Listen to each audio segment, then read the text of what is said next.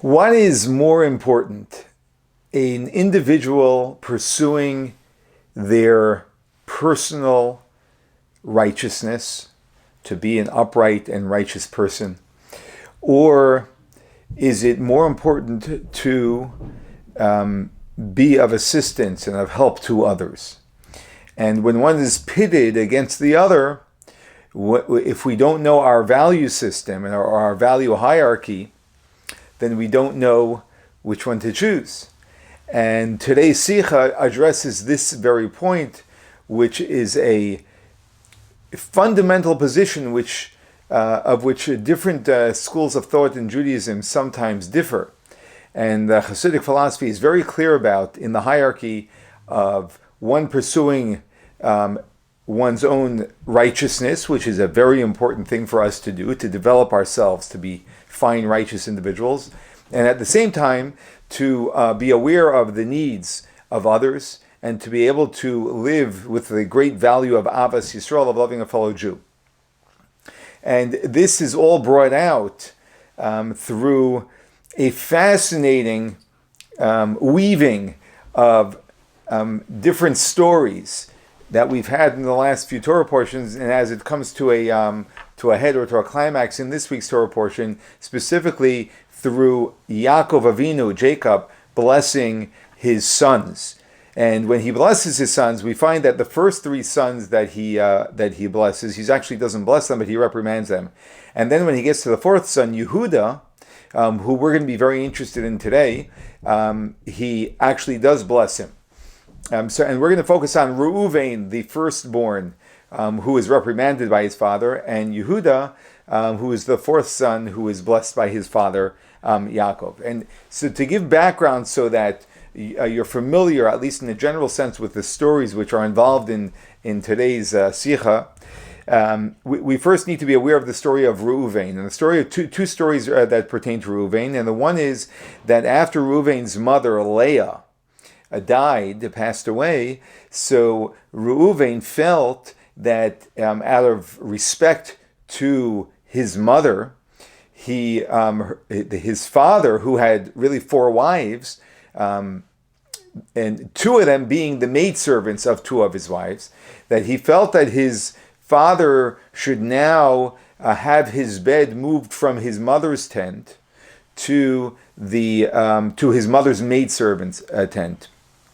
And he moved his father's bed, and that was considered to be something which was a wrongdoing on his part, and for which he sought out atonement for many years in his life. Another story that we know about Reuben is that when Yosef, the brother that was sold down to Egypt, when the brothers contrived selling him to Egypt, killing him actually was their first plan, Reuben said, no, don't kill him. No reason to kill him. Why don't you just throw him into one of these pits? And the Torah tells us that Reuben's intention was that ultimately he would come back at the end of the day when the brothers were gone, and he would pull Yosef out of the pit and save him. That's another story that's going to pertain to today's Sicha. And then we have two stories with Yahudah.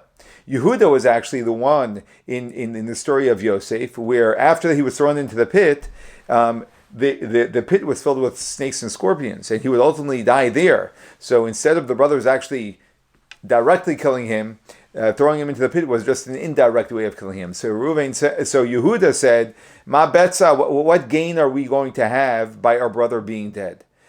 We want to get him out of the way. We'll sell him as a slave. We'll sell him to the Ishmaelites." And so it was Yahudah who ultimately actually saved his brother Yosef's life, and by having him sold. Another story about Yahudah, which pertains to today's conversation, is that Yahudah also had another incident where he had a daughter-in-law, Tamar, and I'm going to stay out of the details of the story and only focus on the one detail that pertains to our conversation today. And this daughter-in-law ultimately, Yehudah's first son married her and died, and Yehudah's second son then married her and died, and Yahudah sent her back home, and ultimately she dressed up as a harlot, and Yahudah ended up being with her, not knowing who she was, and impregnating her. And when he found out that she was pregnant, according to Jewish law, based on the circumstances which I'm not explaining now, she deserved to be put to death.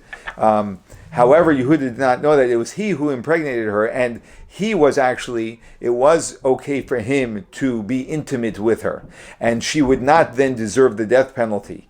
Yahudah just didn't know that, so she, in her great modesty and unwillingness to expose Yahudah, just said that the person to whom these items, which she had from Yahudah, the person to whom these items belong, he's the one who impregnated me, and Yahudah actually admitted, oh, it was me. And that was a great virtuous act on Yehudah's part. So these are the stories that we need to know as a background to today's talk. When Yaakov begins blessing his sons, he begins with Reuven.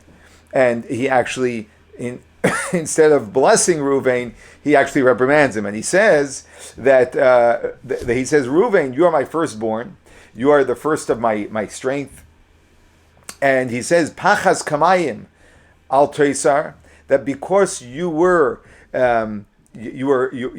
quick, like water, or disturbing, like disturbed rapid waters, disturbed like waters. And Rashi explains to us that was because Reuven entered into, he was in a state of anger, and so because he felt his mother was disrespected when his father's bed was moved to Rachel's maidservant as opposed to his mother's maidservant. So he moved his father's bed to his mother's maidservant's tent. So because you did this out of a fit of anger, you have lost, basically, as Rashi explains to us, your rights to the priesthood, which ended up going to the tribe of Levi, and kingship, which ended up going to the tribe of Yahudah. That's what Rashi says. Now, what's strange, what's unusual is that Rashi, typically he's quoting from the Midrash. That's where he gets this information from. However, the Midrash and also Targum Onkelos, the Onkelos who translates the Torah into Aramaic, which we have in most printed versions of Chumash, we have his, because we value his translation greatly in understanding the Torah. Both the Targum Onkelos and the Midrash both mention that Reuben lost three things. He lost complete first rights to the rights of a firstborn, because we know that a firstborn always gets a double portion, and we see that Yosef, who's only one of the 12 sons, he ends up getting two portions of the within the 12 tribes, because both of his sons, Menashe and Ephraim, both become an independent tribe. So Yosef ends up actually getting the firstborn rights in regards to tribehood. So he didn't lose his entire firstborn rights, but in regards to tribehood, he did. And so Targum Onkelos and the Medrash say that Reuben lost his first rights, his rights to be a firstborn, regarding to tribehood. He lost kingship and he lost priesthood. Rashi doesn't mention the firstborn rights. Rashi only mentions priesthood and kingship, and that's a wonder. Why does Rashi avoid mentioning the loss of firstborn rights? Now we know that Rashi actually himself 3 times in 3 different places mentions how Reuven did lose his firstborn rights. So we know that Rashi is not disagreeing about whether Reuven lost his firstborn rights. However, he doesn't attach it to this reprimanding and statement from Yaakov to his son when he's on his deathbed, and he's blessing and also reprimanding some of his sons. And so we need to understand why that is. So in order to understand this, we're going to jump to another one of the blessings, and that's the blessing that Yaakov gives to his 4th son, which is Yahudah. And when he blesses his 4th son Yahudah, he says to Yahudah, Gur Aryeh Yahudah, that a cub, a grown lion, you are, Yahudah. Miteref b'ni Alisa, from being ripped apart, from my son being ripped apart, Alisa, you have raised yourself up. What does this mean? From my son being ripped apart, you have raised yourself up. So the Medrash explains, and here it gets a little bit nuanced. The Medrash says the way to read these 3 words, miteref bini aliso, which means from the ripping apart, miteref, from the ripping apart, bini, my son, aliso, you have raised yourself up, The Medrash reads it as miterev bini. Those two words go together. From the ripping apart of my son, which is Yosef, who was almost ripped apart. He was almost killed. Right? Alisa, and that was the claim. That was the guise the brothers gave to the father. They said, Chayera chalasu, a wild animal must have eaten up Yosef, because they showed him his colored coat was all bloodied. Which they purposely bloodied to create a guise to hide what they did, which was selling him. But from the ripping apart, my son being ripped apart, Alisa, you, Yahudah, have raised yourself up, because instead of having him killed, you saved him by having him sold. That's what the Medrash says. But Rashi actually translates it a little bit differently. He says, don't put the comma after the word beni. Don't read miterev beni, from the ripping apart of my son Yosef. Alisa, you, Yahudah, have raised yourself up. But he says, no. You read it this way: miteref, from being ripped apart, bini Alisa, my son Yahudah, you have raised yourself up. That the word bini is not referring to Yosef, it's referring to Yahudah. And thereby, Rashi also says, what does that mean that bini, my Alisa, that my son Yahudah, you raised yourself up? That Yahudah, by selling Yosef, you raised yourself up from the accusation of having been killed, of him having been killed, because you ultimately didn't kill him. You ultimately actually ensured that he wasn't killed. But Rashi comes and says that when it says miteref, from being ripped apart, b'ni Alisa, my son Yahudah, you have raised yourself up, it's not only talking about the story of saving Yosef. It's talking also about the story of saving Tamar. Tamar was taken out to be killed because of her intimacy in a fashion that would require a death penalty. And it was only because Yahudah admitted that it was him, when Tamar very subtly offered to Yahudah that it was in fact him who made her pregnant, which then released her from the capital punishment, but only because Yahudah actually had the integrity and the courage to admit to him before everyone that in fact this was me, that Tamar ended up being saved. So Rashi insists that this verse is talking not only about saving Yosef, but also about saving Tamar, despite the fact that the Medrash again does not interpret the verse in this way, and they put the comma in a different place to say that it's only talking about the saving of Yosef. And so the Rebbe explains that these two Rashis are actually very much associated with each other, and we can understand why Rashi, the questions that we're asking about why Rashi doesn't speak about firstborn rights, and why Rashi specifically insists that this verse of Yahudah is also referring to the story of Tamar, are actually very much will explain each other, and that is through understanding something very interesting, very fascinating, in a comparison that the Rebbe makes between Reuven and Yahudah. Because we find that Reuven had the same virtues that Yahudah had. Both Reuven and Yahudah saved Yosef, or made an attempt to save Yosef. And both of them did acts of repentance. They showed they showed a high level of integrity. Reuven was we know that Reuven, on the day that the brothers wanted to kill Yosef, Reuven said, "Throw him into a pit," and his intention was that he would come back later to pull him out of the pit. Well, where was he going that he was coming back later to save him? And that when he came back later and saw he wasn't there, he was devastated. So Rashi tells us that he was spending time that day in repentance for the sin he had done 9 years earlier of moving his father's bed, of getting angry and moving his father's bed. Which means that Reuven was a man who was in a state of repentance for over 9 years for something he did wrong, which shows a very high level of integrity. And that's the same thing as Yahudah. Yehudah, he acknowledged immediately when Tamar called him out that it was him, or he didn't call him out, but actually offered the possibility of him admitting that it was him, that he acknowledged that it was me. Also a great act of honesty and repentance. And again, Reuven wanted to save Yosef, and Yahudah ultimately also pulled him out of the pit and sold him, ultimately saving his life.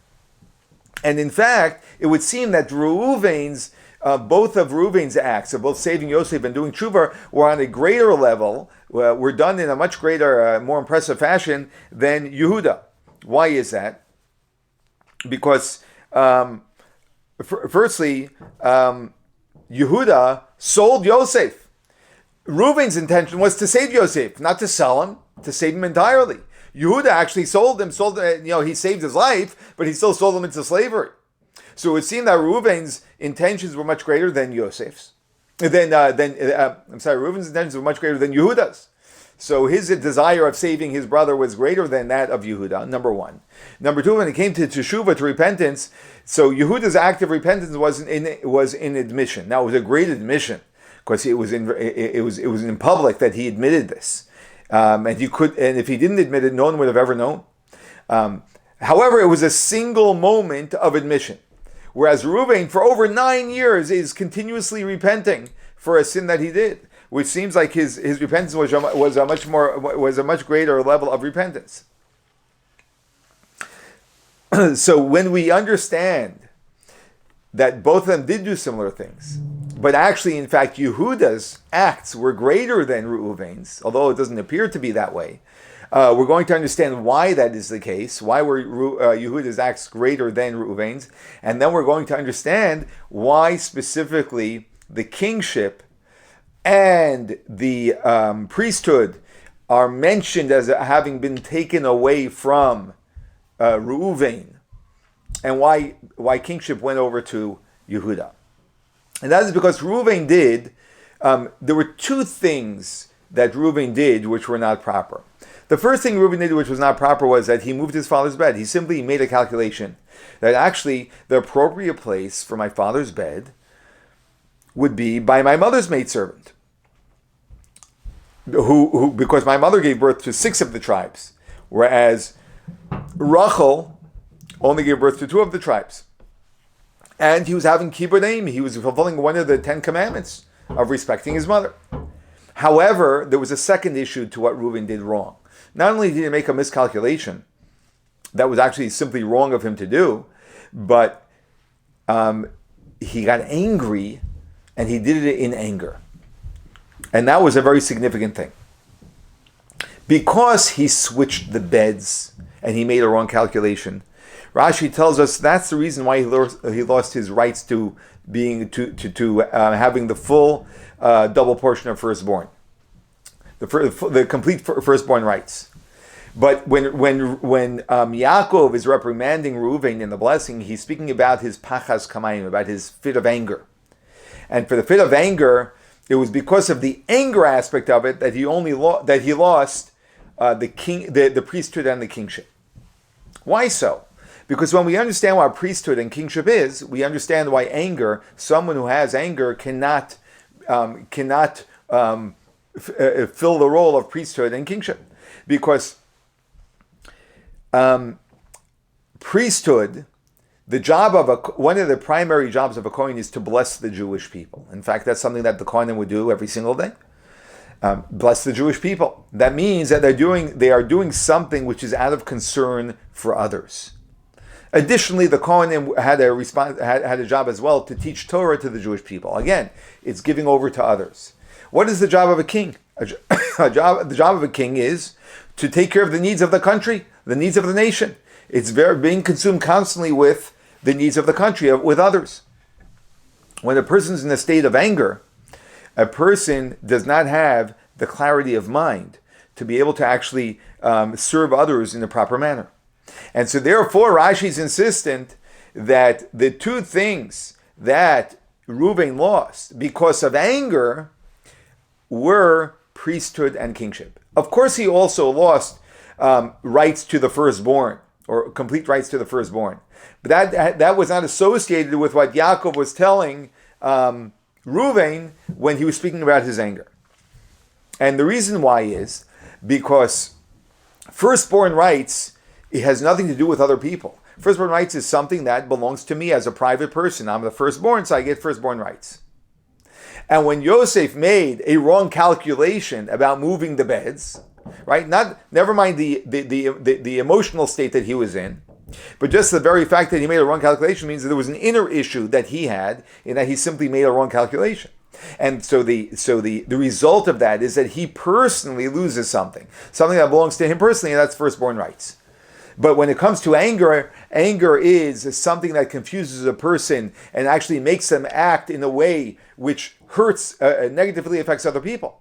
And that's what happened over here. Because of his anger, he actually did something which hurt his father, had a negative impact on others. And that's why he lost rights to things which take on the responsibility of caring for others. So why did Yahudah then receive the kingship?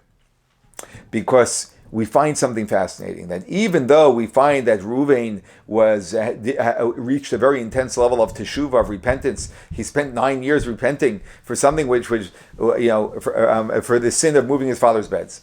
And Yahudah only did one act of admission. It wasn't necessarily an ongoing thing. But here's what we find. We find that ultimately, and again, when it came to selling Yosef, Reuven wanted to save him entirely. Yahudah ultimately sold him to slavery. Sounds like Reuben did a much better job, but here's the bottom line. The bottom line is that because of Yahudah, Yosef was saved. Because of Reuven, Yosef was not saved.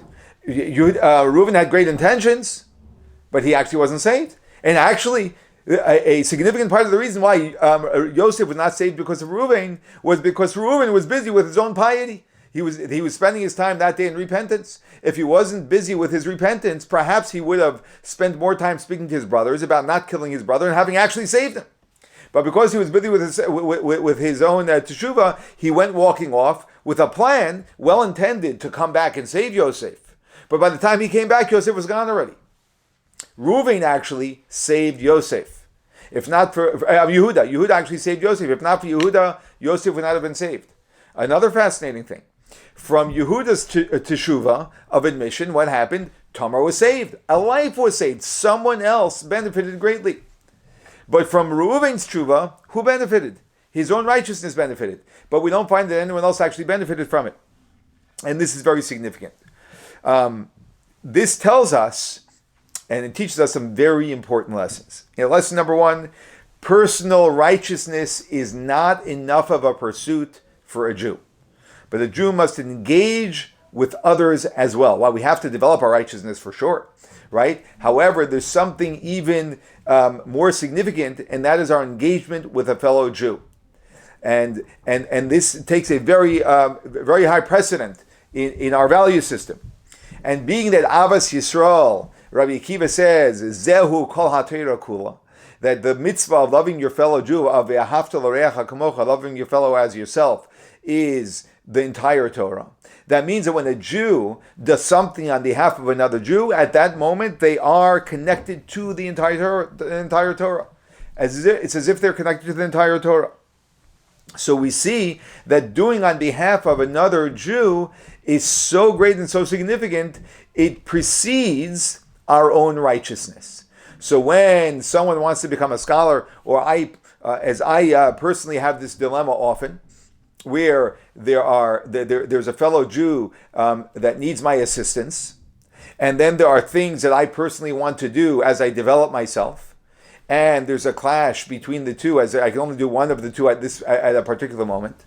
That the message is that helping another Jew, it takes precedence over my developing my own righteousness. And we find something even more fascinating, that due to Reuven's being consumed in his own piety, what ended up happening? Yosef ended up getting sold to Egypt, and the Jewish people entered into exile. That ultimately led to the Jewish people being in a state of exile. Yehudah's